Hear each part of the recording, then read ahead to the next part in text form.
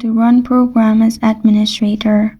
Hi everyone, it's Sophia to assist you today. Without any delay, let's jump right in. First, click on the app you want to run program as administrator as.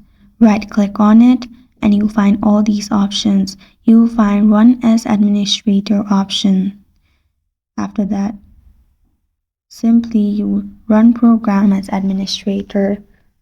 You can also simply go to search bar and search for the application you want, and below your application name you will find run as administrator option. Simply click on run as administrator in there and you're good to go. That's how you run program as administrator. Thank you for joining me today. If this video helps you out, please leave a like and subscribe for more. Got a question or want to suggest a topic? Comment below. I am Sophia signing off. Until next time.